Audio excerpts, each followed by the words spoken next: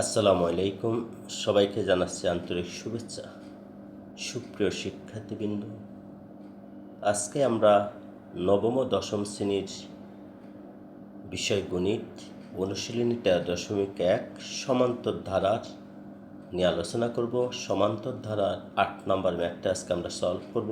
দেখো কিভাবে অতি সহজ নিয়মে ম্যাথটা সলভ করা যায় সেটা আজকে আমরা শিখব। এই ম্যাথটি সলভ করার জন্য আমাদের nতম পদের সূত্রটা জানতে হবে। আমরা প্রথমে সূত্রটা জেনে নিব। দ্বারার nতম পদ equal a plus n minus one into d. দ্বারার nতম পদ equal a plus n minus one into d. আমরা যদি এই সূত্রটা শিখতে পারি তাহলে অতি সহজে ম্যাথটা সলভ করতে পারবো। এখন আমরা প্রশ্নটা জেনে নিব। 8 নম্বর ম্যাথ, কোনো সমান্তর দ্বারার mতম পদ n এবং nতম পদ m হলে দ্বারাটির m প্লাস nতম পদ কত? এখন আমরা ম্যাথটা সলভ করি।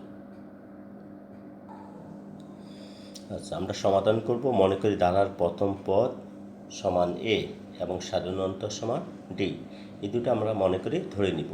তাহলে আমরা জানি দ্বারার mতম পদ equal a plus m minus one into d.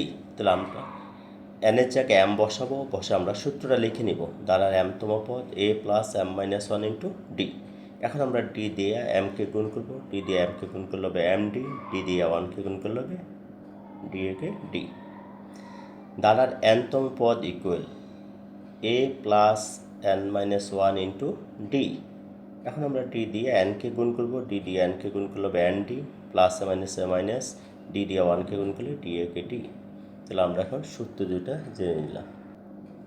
দ্বারার nতম পদ equal a plus n minus one into D.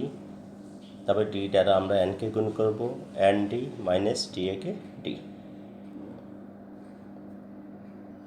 তাহলে আমরা প্রশ্ন মতো লিখব a plus md minus d equal to n এবং a plus nd minus d equal to n। সমীকরণ 1, সমীকরণ 2। 1 নং সমীকরণ হতে 2 নং সমীকরণ বিয়োগ করি। এখন আমরা দুইটা সমীকরণ বিয়োগ করব। তাহলে এখানে আমরা a plus md minus d equal to n আর a plus nd minus d equal to m। এখন আমরা বিয়োগ করব। বিয়োগ করলে আমাদের নিচে চিহ্নগুলো পরিবর্তন হয়ে যাবে। এটা দেওয়া আছে প্লাস, এটা হয়ে যাবে মাইনাস। এটা দেওয়া আছে প্লাস হয়ে যাবে মাইনাস, এটা দেওয়া আছে প্লাস হয়ে যাবে মাইনাস, আছে প্লাস হয়ে যাবে।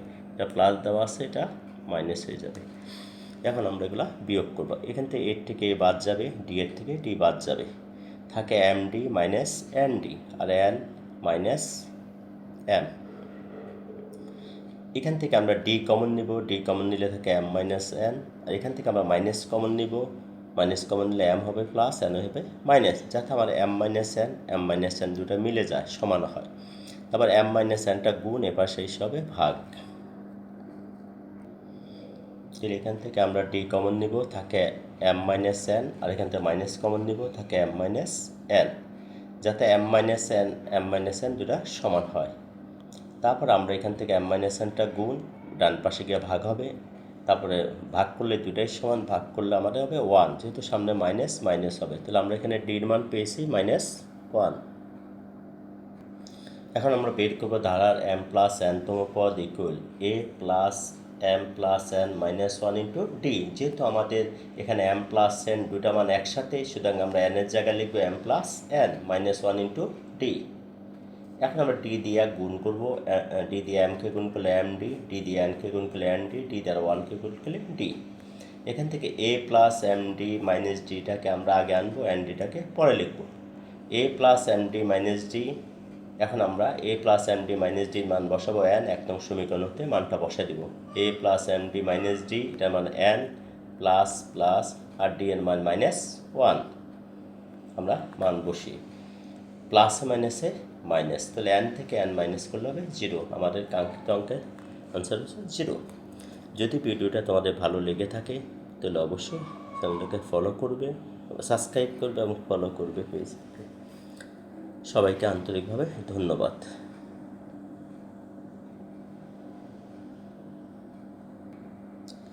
যদি ভিডিওটা ভালো লেগে থাকে তাহলে তোমাদের বন্ধুদের মাঝে শেয়ার করে দিবে, তোমাদের বন্ধুরা যাতে দেখে শিখে উপকৃত হতে পারে।